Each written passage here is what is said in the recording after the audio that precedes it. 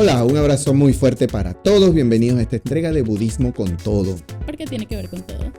Acomodando un poquito nuestro lugar de grabación, tratando de ponerlo un poquito más bonito y progresivamente iremos mejorando todo esto. Pues nada, complacidos con lo que vamos logrando con el podcast, con el espacio.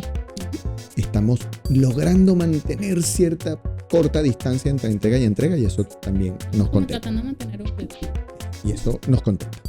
Bueno, así que como suele suceder, uno de los dos comienza con un tema que quiere conversar. En esta oportunidad habíamos quedado en que mi compañera iba a abrir el diálogo con un tema que le interesa que compartamos. Sí, ¿sabes qué? Estaba pensando, que yo pienso mucho. Yo pienso bastante. No, bueno, es que estaba en mi red social favorita y más nociva, TikTok.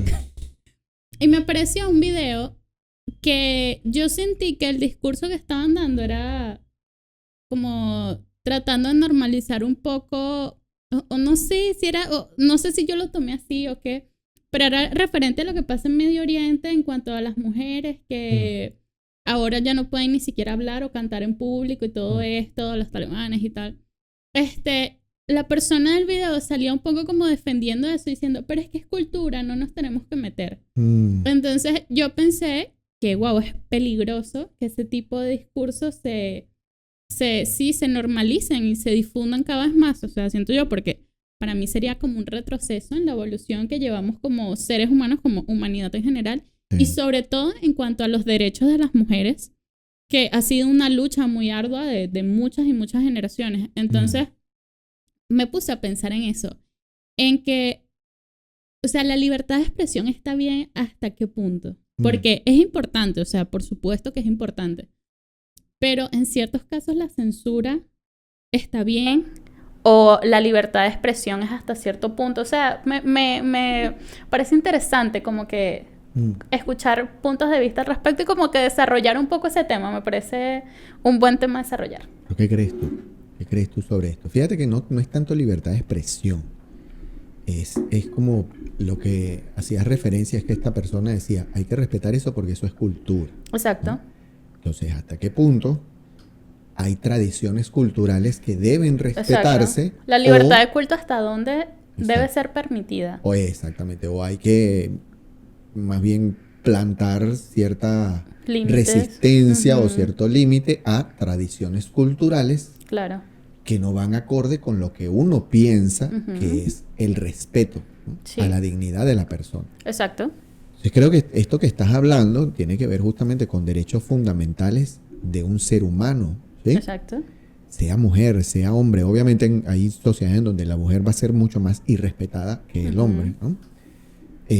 Así que tiene que ver con esto, con que hasta dónde podemos como flexibilizar este asunto de que no, eso es cultural, no, la libertad de expresión hay que respetarla, todo sí, es que hay muchas cosas que, o sea, siento yo que es muy peligroso porque muchas cosas pueden, o muchas situaciones pueden excusarse detrás de, es que es cultural, pero cuando vamos a ver son actos violentos que atentan contra la seguridad y los derechos humanos, digamos. Mira, vamos desde eso que acabas de nombrar, de tradiciones religiosas, es decir, que la cultura y la religión van de la mano, hasta tradiciones deportivas como las corridas de toros. Exacto. Por ejemplo, ¿no? O sea, de un extremo hay otro, basamentos religiosos, basamentos culturales, que atentan contra lo que se podría establecer desde el punto de vista universal como respeto a la vida, ¿sí? Exacto.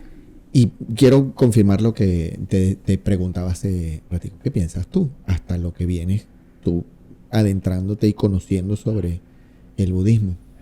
Pues Nichiren. Yo creo que... De la Soka. Gakkai. Sí, gracias. Yo creo que en general uno debería partir como de... O sea, no sé si es una ley universal, pero es algo que he escuchado mucho. Creo que también es mi mamá que me lo ha dicho siempre. Y es que tus derechos acaban cuando empiezan los derechos de los demás. Okay. Entonces, yo creo que partiendo de ahí, el respeto a la vida siento yo que ese es como el punto a partir o el punto del cual se deben analizar, digamos, todas estas situaciones, porque, o sea, hay muchas cosas en las que, o sea, eso me llevó a pensar a muchas otras cosas, como por ejemplo el matrimonio infantil. O sea, es algo que a mi parecer, o sea, es algo inaceptable en cualquier situación, pero hay gente que se escuda detrás de... Es que eso es cultural. Eso es una tradición. Exactamente, eso es, o en lugares de África donde todavía se mutilan a niñas y ese tipo de cosas. O sea, es un espectro muy grande ese ¿Sabes la historia de Romeo y Julieta? Ajá. Y sabes que ellos eran adolescentes. Sí. Sí, sabes, ¿no? Y estamos hablando de que... y hablamos de que Shakespeare escribió esto hace unos cuantos siglos. ¿Sí? Tal como dices, hay gente que respalda, defiende estas cosas porque dice, ¿no? Bueno, es que esto es normal, esto hace siglos era normal, ¿no? Sí. Y lo que estás hablando tiene sentido. ¿Hasta dónde o hasta qué punto eso se debe respetar como una tradición cultural, como una tradición religiosa, ¿no? Del lugar en donde se exponga? Para mí ha sido siempre un tema interesante el conocer lo que pensadores modernos hablen sobre esto. Y por supuesto, Daisaku Ikeda siempre va a ser una referencia. Claro. Quizás el señor Makiguchi, el señor Toda, no tuvieron que abordar tanto estos temas porque para ellos no fue tan natural encontrarse esto. Daisaku Ikeda es el más, o sea, el que estuvo hasta nuestra época. Claro, y además porque él salió al mundo. Exactamente. Entonces, el señor Makiguchi, un Japón mucho más tradicional, y el señor Toda, un Japón de posguerra, algo menos tradicional, pero con firmes y sólidas bases. Es diferente a la visión que puede tener alguien, que es un ciudadano global. Un ciudadano literalmente. Global, que se pudo encontrar y compartir con personas de distintos pensamientos. Entonces, para mí siempre fue particular el saber cómo él abordaba estas cosas. Y, o sea, hablando específicamente, el presidente Ikeda se encontró con personas de todos los orígenes religiosos, ¿sí? De las grandes religiones. Él habló con todo tipo de personas que profesaban todas las religiones. He visto fotos que decía como... Ay, no sé por qué con él, pero... Bien. O sea, entiendo, Qué buena postura, porque hoy tuve un intercambio muy, muy valioso con mi hermano, ¿sí? Y justamente hablamos de esto, ¿no? De cómo uno tiene el derecho a decir, comparto con esta persona. Con esta persona no comparto. Claro. Lo cual no significa que la irrespete, que no reconozca que es un ser humano íntegro, que tiene su potencial y tal y qué sé yo, pero yo no congenio con esa persona. Exacto. No tengo por qué compartir espacio con esa persona. Si vamos a trabajar con un fin basado en la creación de valor, promover espacios de armonía, de concordancia, sí, trabajemos. Pero no voy a salir al cine contigo, ¿no? Porque no somos afines, ¿no? Y mi hermano me decía eso justamente. Pues bueno, sí. Y acuérdate que Daisaku Ikeda me decía, ¿no? Daisaku Ikeda se encontró con personas que uno pone la cara que pusiste, ¿no? De hecho, fue muy criticado durante su época cuando tuvo estos encuentros, ¿sí? Con personas políticas, ¿no? Políticas que representaban un extremo, políticos que representaban el otro. Sí. Y en Japón fue muy criticado. Y sin embargo, su respuesta fue: yo no voy a encontrarme con un representante político, yo voy a encontrarme con un representante de un pueblo, que representa unas personas que, de hecho, en la inmensa mayoría de los casos, son quienes gobiernan un país en donde hay miembros de la Soka Gakkai. Así que yo voy a encontrarme con esa persona. Okay. Y en países en donde la Soka Gakkai no existía o era muy pequeña, casos como Colombia, por ejemplo, él fue a encontrarse con dignatarios que lo invitaron porque lo conocieron a él en Japón. Entonces, hay invitaciones personales diplomáticas que justamente él decía, voy a aprovechar para crear justamente la presencia de la Soka Gakkai en este país. Y bueno, ya hoy Colombia tiene su núcleo de miembros, etcétera, etcétera. Pero creo entonces que para mí su postura siempre fue particularmente importante de conocer cómo abordaba estos temas y nunca dejó de ser la misma base. Una cosa son tradiciones culturales, ancestrales, milenarias, ¿no? De formas que tienen los pueblos de hacer las cosas, ¿no? De convivir y de trabajar su intercambio social. Y otra cosa es respaldar, proteger, avalar que esas religiones transgredan el derecho de un ser humano a ser íntegro, a desarrollarse, a ser libre, y podemos hablar de eso también, a ser feliz. Son cosas diferentes. Una cosa es decir, yo respeto su cultura, y otra cosa es decir, me encanta, voy a aplicar lo mismo yo en mi lugar. Esos son dos cosas diferentes. Creo que, otra vez, con el tacto que se tenga que trabajar, uno tiene que ser muy claro y diferenciar estas cosas. Sí. Bueno, en resumen, el respeto a la libertad, perdón, a la libertad de culto, a la libertad de pensamiento, si bien tiene mucho sentido lo que te decía tu mamá, ¿no? Tu libertad termina en donde comienzan los derechos del otro, la libertad del otro. Eso está bien porque resume de una forma concreta cómo actuar, pero creo que van de la mano con la premisa universal desde el punto de vista budista de que las libertades van hasta que transgreden la dignidad de una persona, transgreden la integridad de un individuo, cercenando su capacidad de expresar todo su potencial. Entonces, cuando en una sociedad, cultura, tradición religiosa, un individuo, hombre o mujer, aunque hoy en día la mujer sea menos respetada en estas culturas o tradiciones ancestrales de religiones ortodoxas, ¿no?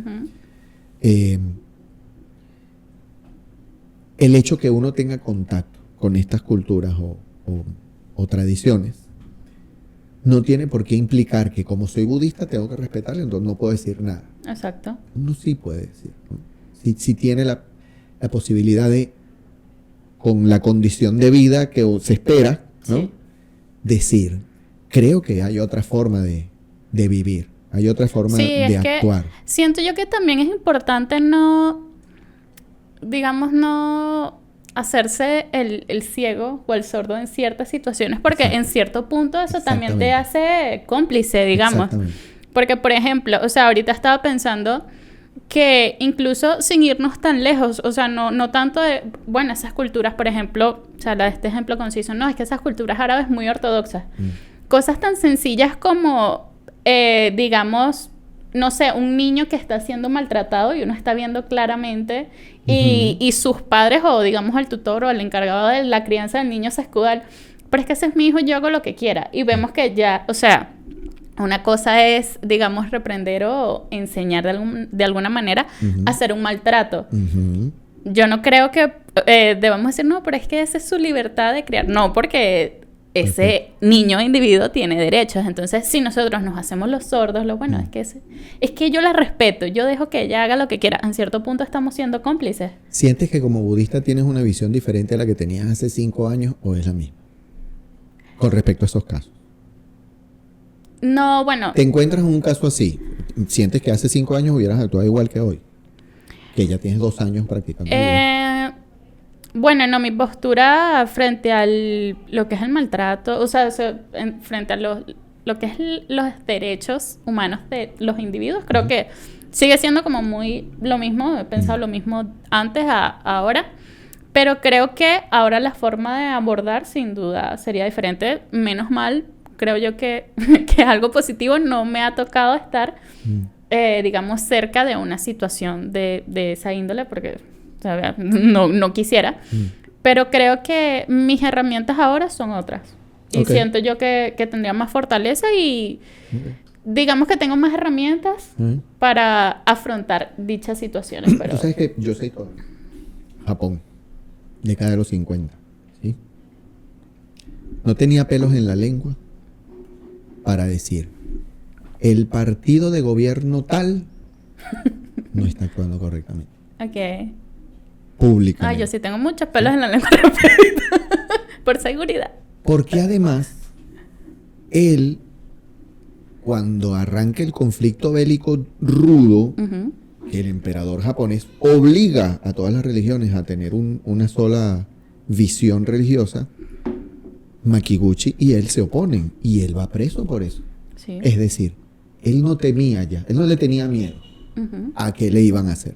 ¿Sí? Okay. Su maestro murió, ¿no? Tú lo sabes. Porque no aguantó más de un año en prisión. Él sale con un poco más de resistencia, igual sale muy débil físicamente, pero porque era más joven tenía un poquito más de resistencia. Pues. Pero ya en la década de los 50, unos años después de haber pasado por prisión, Y él decía, ¿qué me van a hacer ahora? ¿No? O sea, primero que la realidad de represión no era igual. De la década de los 50 no era igual, ¿sí? Ya en Japón era otro. Así que su participación, el alzar la voz, no iba a tener las mismas consecuencias que durante la guerra, ¿no? Nuevamente, la represión no era igual. Pero nunca tuvo esos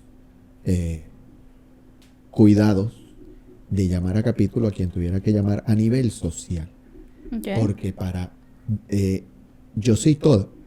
Pero ya hay un párrafo, ¿no? Que aparece en la revolución humana, no la nueva revolución humana, sino la revolución humana. La primera parte de la historia que cuenta cuando salió Yo soy toda hasta que se muere, ¿no? Cuando sale de la cárcel hasta que fallece. Donde él está en una reunión de diálogo diciendo, ¿no? Parafraseo, ¿ok?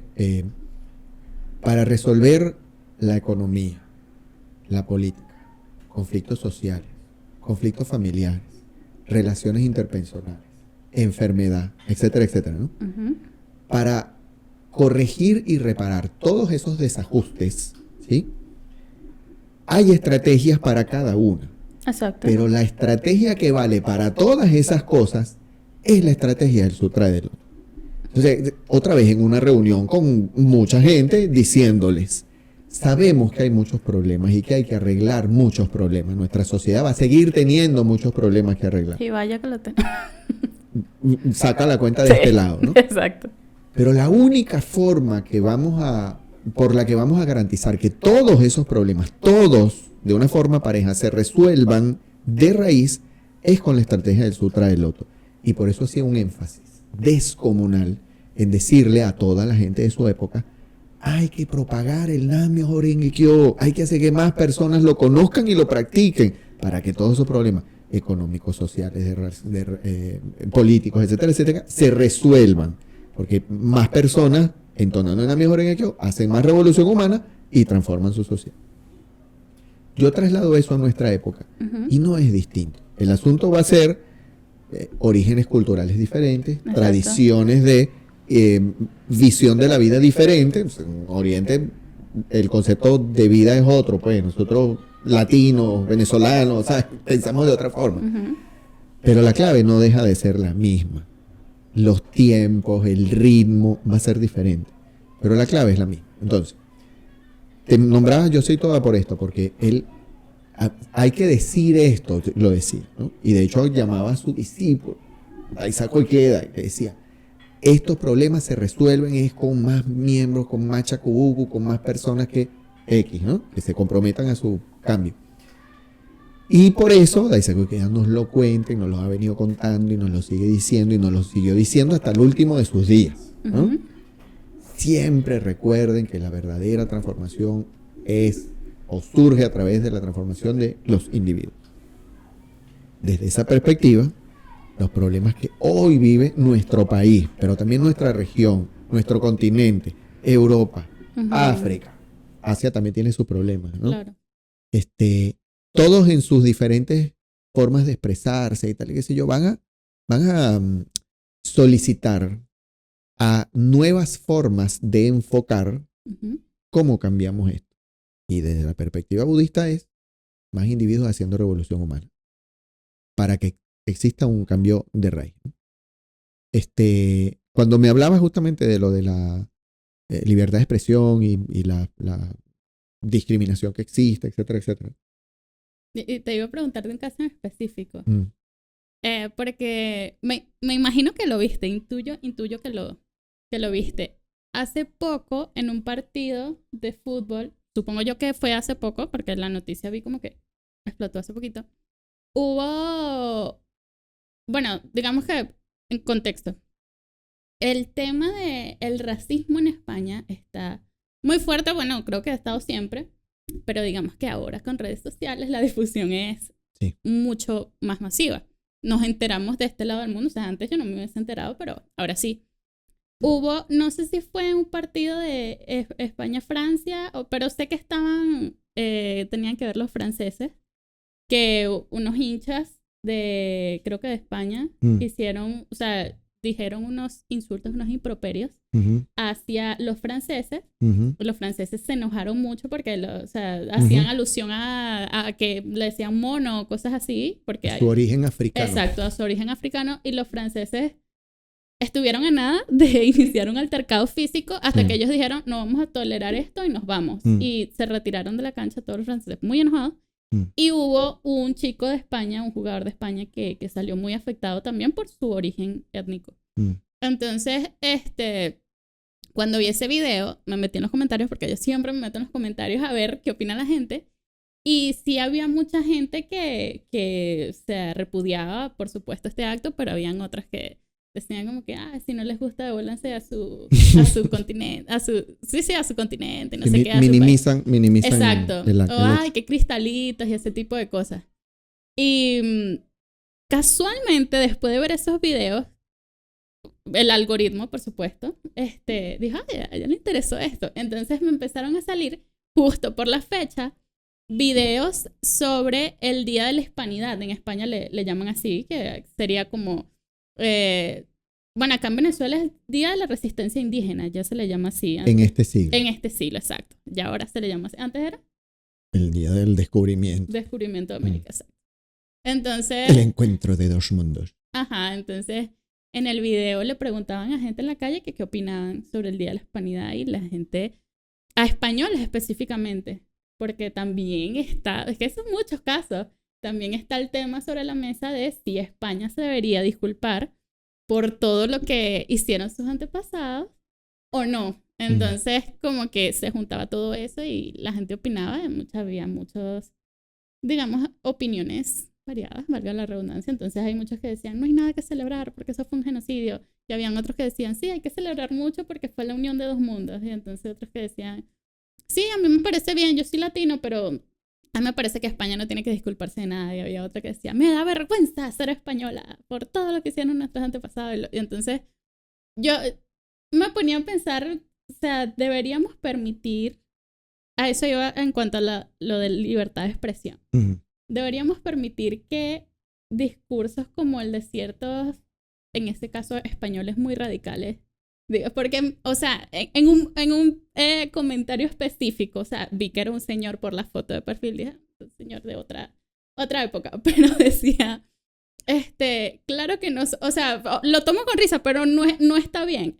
El señor decía, claro que no somos iguales, por algo Dios nos separó en diferentes continentes. Y yo, ay, mi don, ¿cómo va a decir eso? Y la gente en los comentarios, terrible. Pero, digamos, él está teniendo su libertad de expresión, opinando públicamente sobre eso. Pero digo yo, a la larga, podría tomarse como un discurso de odio. Está bien que nosotros aceptemos eso, bueno, que él que diga lo que quiera, si al final eso hiere a otras personas. ¿Qué piensas tú?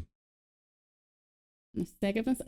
Bueno, no estoy de acuerdo en cuanto a los discursos de odio, pero es que también está la fina línea de que es un discurso de odio, porque nos podríamos excusar. Es que esa es la clave. Bueno, exacto. Podríamos decir cualquier cosa o podría yo censurarte a ti escudándome. Es que no me parece que estés diciendo eso porque eso es un discurso de odio. Exactamente. Entonces ya pero es que como que perderíamos la línea. Primero, porque quiero seguir conociendo qué piensas tú, porque tú has traído el fútbol, el racismo en el fútbol, pero después el descubrimiento de América y la discriminación étnica continental. Pero ¿no? todo es referente a ese digamos, discurso específico del racismo que yo pensé, o sea, genuinamente, antes de ver todo esto, yo pensé que estaba como, eso ya está erradicado, ya se no sé quién es racista en pleno 2024.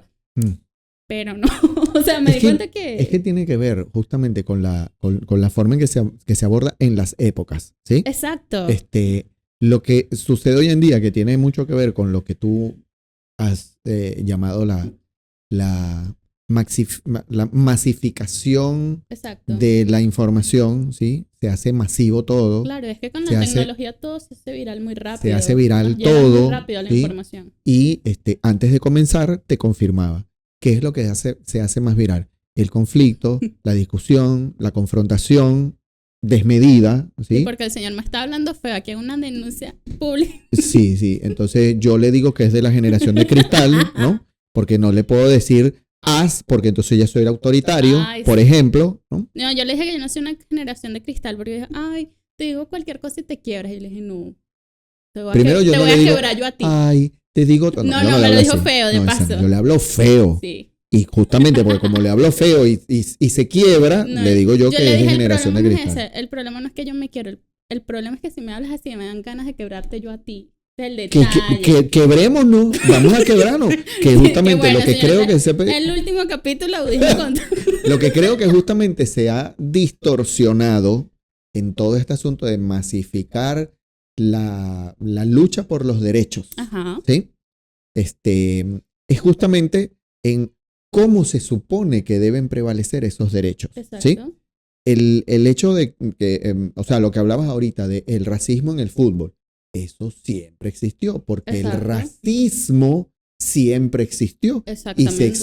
se ha expresado en una cantidad infinita de ámbitos sociales, ¿sí? Que antes el intercambio étnico era menor, es otra cosa. Exacto. Hoy pues, la diversidad étnica está en todos lados, ¿sí? En el único lugar en donde no existe es en la selección de fútbol argentina, donde todos son blancos, ¿sí? Y ellos exigen, ¿dónde está mi afrodescendiente? ¿Sí? Pero no lo tienen. Es impresionante, pero no hay afrodescendiente en Argentina, en el fútbol en este caso, ¿sí? Ajá. Entonces, en todos lados hay una diversidad étnica que se vive en lo cotidiano. Entonces, ahora, obviamente, como esa diversidad étnica existe, siempre fue normal y siempre fue natural, y de hecho esto es un diálogo que se tuvo en Venezuela hace rato. Tú hablabas el portugués en la panadería, Ajá. el italiano del restaurante, el chino del mercado, o sea, eso siempre ha sido lenguaje venezolano. Y cuando tú hablas, el negro de la esquina, ¿no? Yo a mucha gente le digo, aquí abajo en la esquina, más abajo de donde yo vivo, hay un amigo que él me conoce que yo soy chiquitico, pues, ¿sí? Un chamito. Sigue vivo. Sigue vivo. Wow. Si yo tengo 87, sí, él debe tener 150 años. Claro, Exactamente. sí. Y él a todo el mundo lo saluda. ¡Epa, negro! A mí me saluda. ¡Epa, negro! A todo el mundo le dice, ¡epa, negro! Ajá. Y es su forma de expresar, somos amigos, nos conocemos de toda la vida. Es como surge en cualquier otra tradición venezolana, los orientales, te decían primo, ¿no? Ajá. El primo, tal, ¿no? Ven para acá, primo, que vamos a hablar, primo. Y bueno, para todos es primo, ¿no? Sí. Es otra forma de expresar. Esta es mi forma de decir, estoy en un ambiente de confianza donde comparto, pues. De esos adjetivos, en nuestra sociedad venezolana, nunca fueron un problema, ¿no? Que el punto importante digamos, en esas palabras específicamente, es la connotación que se le da. O sea, no la connotación, más la intencionalidad ¿Te das cuenta? de la palabra. ¿Te das cuenta, o sea, de lo que estamos hablando? Porque digamos que en este tipo de escenarios y en muchos escenarios que yo he visto, personalmente yo no he tenido que sufrir, digamos, racismo alguno o que me haya dado cuenta, yo no. Y que yo no aguanto 2 días para hacerlo, para hacerte bullying. No me cuesta. Exacto, pero no me cuesta. Pero no he recibido, digamos, discriminación así Exacto, verdadera, pura y dura. Pero en esos escenarios específicamente, en estos puntos que te estoy diciendo, sí la intencionalidad era otra. Listo. Era muy negativa. Listo. Entonces, con ganas de herirte. O sea, te digo esto porque quiero que te hieras. El marco tiene que ir por ahí. ¿Entiendes? No es un asunto de lo que se diga, en donde se diga, ni quién lo diga. Es con qué intención se dice. ¿Sí? Sí. Eso es lo que va marcando la diferencia discrecional de la ley de la causa y el efecto. Exactamente. ¿Sí? Que es irrestricta, no discrimina. Pero como unimos todo al budismo. ¿Budismo cuánto tiene que ver con todo? Claro, porque si no tiene sentido, ¿sí? Si no la gente ve otro podcast que le interese más. No, esto es para hablar de budismo y cómo el budismo aborda de que si yo puedo compartir en un escenario, ¿sí? Con amigos de cualquier ideología, preferencia sexual, grupo étnico, y compartir abiertamente con un léxico, ¿sí? En el que ambos nos sintamos cómodos y que inclusive nos sintamos como que tú me digas a mí, Camata, ¿cuándo me vas a decir que yo soy gordita, rechonchita, chiquita y además afrodescendiente? o sea, ¿hasta cuándo? ¿Sabes? Porque yo le diga que la hemoglobina la tienen 2 cositas así. Y que yo te diga que no, que más bien la tengo en 14 y 17, ¿no? Sí. Cosas que no tienen sentido. Difícil de creer. No tienen sentido, pero pasan, pero ¿no? pasan. El asunto está en que la intencionalidad Uh-huh. es lo que termina haciendo que el enfoque de lo que tú haces, la acción que estás ejerciendo, se canalice hacia donde tiene que ir. Lo que está pasando en el planeta es que existe una especie de movimientos que están obligando a que la intencionalidad vaya por un lado, y eso no se puede hacer. Exacto. Estos movimientos que abogan por el respeto a la diversidad, el respeto a la dignidad, el respeto al género, ¿sí? Uh-huh. No pueden exigir que la intencionalidad de todo el mundo vaya por un mismo canal, porque Claro. eso no se hace obligado. Uh-huh. Tú estimulas, inspiras, ¿no? Enseñas con el ejemplo y unes a todo el que de una u otra forma tú sientas de que comparte tu misma intencionalidad. Exacto. Pero la discriminación existe incluso cuando tú quieres que yo me exprese de una forma Uh-huh. en la que yo no me siento como expresándome de esa forma. Exacto. Nuevamente, si yo me expreso de una forma en la que tú te sientes agredida en tu dignidad de ser humano, pues tienes todo el derecho a solicitármelo y yo debo caer en cuenta y decir, pero no puedo actuar de esa manera porque estoy irrespetando, ¿no? Uh-huh. Que sea chiquitica, gordita y negrita, ¿no? Entonces no puedo seguir irrespetándola, tengo que hacer otra cosa. Obviamente estoy diciendo algo que no va a pasar, yo te voy a seguir jodiendo y haciendo bullying, ¿no? Pero creo que la clave es la que has dicho, es la intencionalidad es lo que marca Uh-huh. la consecuencia de lo que se va haciendo en el mundo.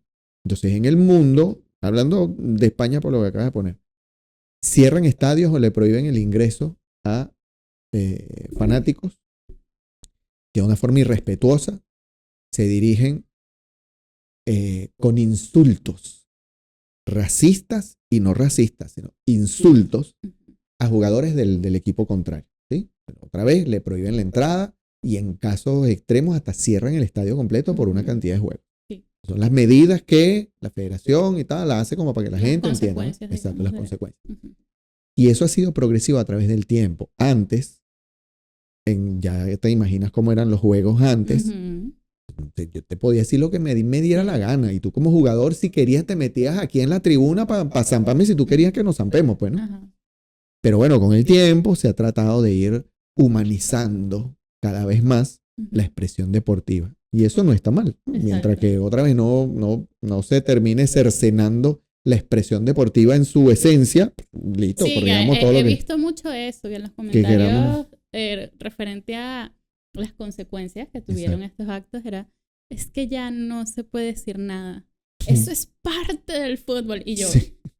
Ay, mira, hay un programa, sí, hay un programa. Hay un programa que surgió de una frase de yo veía mucho un programa de fútbol latinoamericano, porque aunque surge de Argentina, hay personas de otros países que no son solamente argentinos. Ese es el programa por el que nos dejabas hablando solo y volteabas tu pueblo y prendías tu correcto, ese mismo, sí, y no me interesa quién está alrededor, no yo estoy viendo ese juego. No tiene ese programa quiero decir. De que, disculpen, voy a... No, y él prende y pregúntame. Exacto, es como que entiendan de que ya ustedes no existen. Yo estoy viendo el programa, ¿no? Sí, ya a estas alturas no ofende. Entonces, de una frase de uno de estos comentaristas salió un programa que se terminó llamando De fútbol se habla así. ¿Okay? Fue como otra vez un programa que nació de este núcleo. Se ponen rojitos de la rabia. Primero nació donde hicieron normal que yo pudiera decirte y expresarte, te volviste loco. ¿Cómo dijiste? ¿Cómo vas a decir que lo que pasó fue esto? ¿No? Ojo, la tradición en estos espacios televisivos, ¿no? Es que yo tengo que hablar con mucho respeto, ¿no? Y decir, yo creo que eso no fue gol. Y tú, que tienes la opinión contraria, déjame decirte que aprecio tu apreciación, pero creo que estás equivocado porque el balón en este programa se hace más natural como tú hablas en tu casa, pues. Y eso fue lo que terminó haciendo atractivo ese programa. ¿Sí? Claro. Es decir, te volviste loco. Es que el orgánico hoy en día se valora más. Eso. Entonces, hubo espacios o hubo momentos en donde entre ellos mismos se hizo explícito de que me ofendiste. Sí. Y eso también lo hicieron en vivo, ¿no? Y no está mal, pues, ¿no? Porque así se enseña también. O sea, yo tengo derecho a decir, a mí no me hables así, ¿sí? Creo que fue en ese programa cuando por casualidad vi que uno dijo, es que a mí la verdad me parece que Messi está sobrevalorado. ¿Qué? Y yo, esto está muy chistoso. Bueno, ese es uno de los capítulos. Sí, pero, o Ese sea, dice muchas obvio, cosas. yo no lo veo, pero casualmente iba pasando y me dio mucha Lo que risa. quería como decir es que dale este otro programa donde el título del programa es de fútbol se habla así, porque hablas con pasión, hablas con vehemencia y hablas para rebatir la idea del otro, porque al final, y en estos días lo volví a recordar en una actividad que estuve el lunes con otra persona que practica otra religión, que él comentaba, yo respeto a las personas, pero las ideas las puedo no respetar. ¿Sí? Okay. ¿Sí? Entonces, esa creo que sigue siendo la clave y la premisa esencial para todo nuestro intercambio. Y cuando tú tienes como dentro de tu basamento de vida una filosofía como la budista, una práctica religiosa como el budismo Nichiren, eso se te va haciendo natural. Yo respeto tu integridad como persona, pero déjame decirte que tu idea no la respeto. Claro, es que siento yo que en general, en casi todos los casos, no es, o sea, no es, a juro, si no estás conmigo, estás contra mí. Que siento Muy que bien. eso es algo muy normalizado hoy en día, Sí. de que si no compartes mi opinión, estás automáticamente en contra. Y no, o sea, hay momentos en los que, mira, yo no comparto eso, pero Bueno. está bien si tú lo crees. Como hay otros que, o sea, digamos, la opinión sí es en contra de las personas que no creen eso. También está ese escenario. Pero fíjate, en política eso va a ser sumamente natural. Si no estás conmigo, estás contra mí. ¿Sí? En la política también va a haber otra premisa que es la de buscar aliados. ¿Sí? Que yo no pienso igual que tú, pero como los dos pensamos diferente al otro, nos unimos para vencer al otro. ¿Sí? Sí. Y yo tenía unas conversas muy sabrosas con un amigo que él, desde que inició este proceso político en Venezuela, él siempre estuvo, de repente no a favor de la gestión de gobierno, ¿sí? Pero sí pensaba que habían cosas que eran rescatables, ¿no? Cuando, desde mi punto de vista, nada era rescatable, ¿no? O poca cosa, ¿sí? Entonces, nuestros diálogos eran yo diciendo lo que está haciendo esta gestión gubernamental, pues no me parece en lo absoluto que vaya por el camino que tiene que ir. Y él me decía, claro que sí, mira estos indicadores, aquí se subió, aquí tal. Y yo le decía, bueno, creo que esa evaluación y partiendo de esos parámetros, no estamos logrando, digamos, darle sustento a lo que realmente hace que un país y que una nación avance, ¿no? Y te comentaba por lo siguiente, porque en los diálogos que tenía con este amigo, hablamos de cuando nació la política en la antigua Grecia y en Roma y todo esto, pues, y todas las formas de hacer política que se comenzaron a implementar a través de los siglos en Occidente. Y hoy en día vemos una distorsión absoluta y total en eso que en alguna oportunidad se llamó política, ¿sí? Porque hoy se habla justamente de más bien cómo aprovecho recursos para nunca salir de esta instancia de poder, ¿no? Aunque los otros me adversen, aunque los otros piensen diferente, aunque los otros incluso de repente hasta tienen la razón, pero a mí no me interesa. A mí lo que me interesa es que yo me mantenga mandando, ¿no? Eso, de la mano con mantener la libertad de expresión, es, digamos, complejo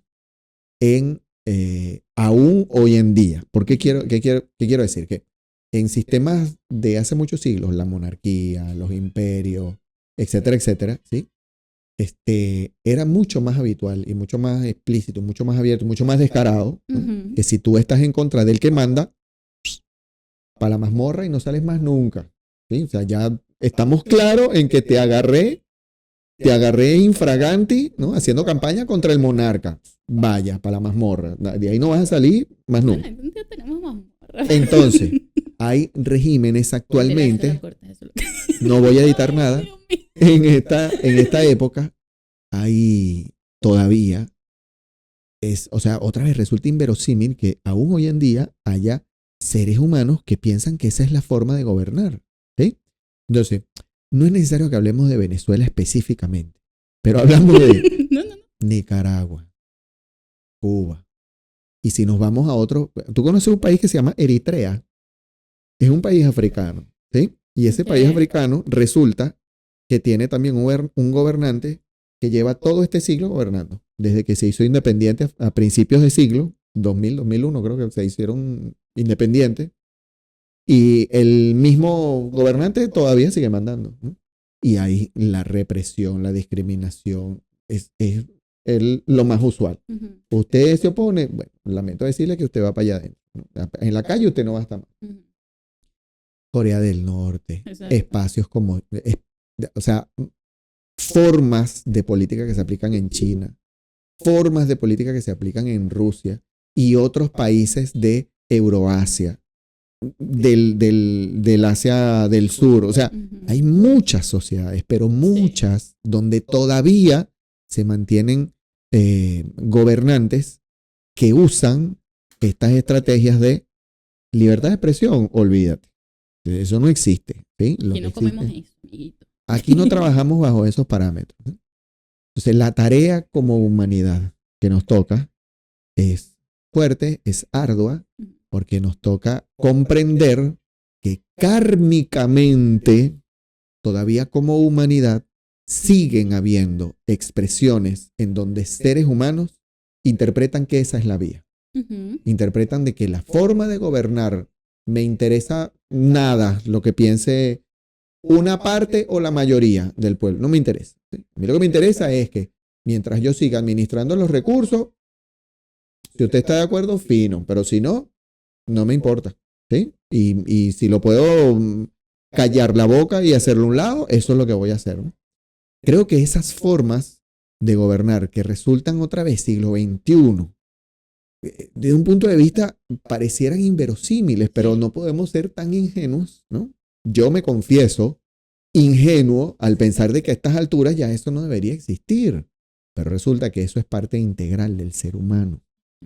Y el ser humano va a seguir arrastrando por décadas y siglos esa necesidad de sentirse la única voz autorizada para decir qué se debe hacer y qué no en una sociedad. Exacto. La libertad de expresión debería tener como fundamento el permitirle a toda persona expresar sus capacidades, su potencial, sus deseos y ambiciones, hablando desde el punto de vista de la creación de valor, con la certeza y la seguridad de que no va a ser discriminado o agredido por eso. Por otro lado, la libertad de expresión no debería garantizar tu derecho a difundir opiniones, informaciones, que más bien siembren, sean nocivas para la sana convivencia. Okay. ¿Sí? Tú sabes que Brian, mi hijo, a quien conoces con suficiente detalle, él suele hacer planteamientos de escenarios bien bizarros, ¿no? Pensamientos bien especiales, ¿no? Entonces le decía, yo bueno, disfruto conversar en temas así, pues yo también soy bien rarita. Ok, entonces él, qué sé yo, pone escenarios como, si pasara esto, harías tal cosa, ¿no? Y obviamente te pone a pensar, coño, me está probando, es muy fan, ¿no? Del what if. Del what if. Ok. ¿Qué pasaría si te ponen en una situación actual? Y en los momentos en donde no estoy tan intolerante, suelo responderle, ¿no? En los momentos en donde no me interesa seguir conversando con él, se lo hago explícito y guardo silencio, lo miro y le digo, ¿qué estás preguntando? ¿No? Pero le dice, ¿estás bien? Sí, en los momentos en donde sí me interesa interactuar, sí, le respondo y siempre basado en que en realidad hay situaciones extremas en donde tú puedes asumir, imaginarte cómo reaccionarías, pero por lo regular necesitas estar en ese momento. No es que necesitas. Debes estar en una situación así para saber cómo vas a reaccionar, ¿no? Entonces, hay momentos en donde nuestra esencia, ¿sí?, va a salir. Quizás no nos guste, ¿no?, lo que sale a flote, pero va a salir. Y lo que nos toca es justamente prepararnos en el día a día, actuando con la convicción de que yo estoy practicando una filosofía religiosa que si yo me convenzo de que tengo la budeidad y me preocupo por manifestarla, ¿sí? En esas situaciones extremas, sabré cómo proceder, ¿sí? Con la paciencia, la cabeza fría o con el instinto inmediato de cómo proceder sin que eso signifique irrespetar, agredir, menospreciar a quien tenga enfrente, ¿sí? Creo que la práctica se basa en eso, que tú construyas una personalidad día a día que te permita tener esa certeza. En el momento en que yo me encuentre en una situación extrema, sabré cómo responder. Exacto. ¿No? Y bueno, creo que la práctica gira en torno a eso. ¿Qué voy a hacer cuando me discriminen? Bueno, yo puedo imaginarme otra vez, ¿no? ¿Qué haré? Pero cuando me encuentre en esa situación es que sabré cómo voy a actuar, ¿no? Tendré la posibilidad de hacer. ¿Qué pasa si me obligan a discriminar a otro? ¿No? O si me lo ponen papita a discriminar a otro, ¿cómo voy a proceder? ¿No? ¿No? Está bastante particular. Te pusiste de pechito para te discriminar. Claro, ¿no? Porque, ¿cómo se llama? Cuando todos están haciéndole bullying a alguien. Okay. ¿Sí? ¿Qué vas a hacer tú? ¿Lo vas a defender o vas a decir, o te vas a reír con ellos y vas a hacer lo mismo? En esos momentos es donde se comprueba qué tan fuerte es tu convicción de los valores que se supone que practicas como individuo. Bueno, hay unos temas que quisiera como exponer que vamos a trabajarlos en la próxima entrega. ¿Sí? Porque en la anterior entrega tú hablabas de las prohibiciones, ¿sí? Sí. Que si el budismo tiene o no tiene prohibiciones. Y el diálogo resultó chévere, pero hubo dos comentarios, ¿sí? Que nos pidieron hablar de... Hay un término en el budismo que se llama las 26 advertencias, que son cosas que estableció Nikko Shonin. ¿Te acuerdas de quién fue Nikko Shonin? No. Es que los nombres en japonés no se me dan bien. Okay. No, fue un discípulo de Nichiren, ¿no? El discípulo de Nichiren, el que estuvo más cerca de Nichiren, el que estuvo ahí hasta el último momento. The One. Ok, hasta el último día al lado de Nichiren fue, y de hecho es quien protege la esencia de su enseñanza. Y él justamente cuando fallece en Daishonin, momentos después establece esto que se llama las 26 advertencias. Y después hay otro término que se llama las 14 calumnias. Okay. Y justamente cuando en el capítulo pasado tú hablabas de las prohibiciones, porque los 10 mandamientos, que hay que si en las otras religiones se habla de esto, que no puedes hacer esto, no puedes hacer lo otro. Alguien nos comentaba que le gustaría porque habláramos sobre eso, de las 26 advertencias, las 14 calumnias. Y bueno, lo vamos a conversar en la próxima entrega con un poquito más de detalle, porque inclusive la podemos vincular con justamente lo que estamos viviendo hoy en día como sociedad. Comenten siempre lo que quieres que hablemos. Vamos a hablar del caso de Puff Daddy. No, o bueno, capaz sí. ¿Quién quita y no? O sea, no está de más abordar, claro. En una sociedad. Claro. Porque hablamos justamente de el respeto a la dignidad de la vida, de una u otra forma también se expresa en cómo en esos casos el irrespeto fue al muchas cosas, tope. Mucha animalidad. Exactamente, tal cual. Bueno, pero creo que por hoy ya podemos cerrar esta entrega de budismo con todo. Porque tiene que ver con todo. Y aunque haya sonado que divagamos muchísimo, porque esas son las conversas que suelo tener con mi compañera. No, y nos mantuvimos. Divagar, yo soy el sinónimo especialista. Sí. Pero bueno, eso hace en su esencia divertido. Así que bueno, cuídense mucho y nos vemos muy pronto. Bye. Chao.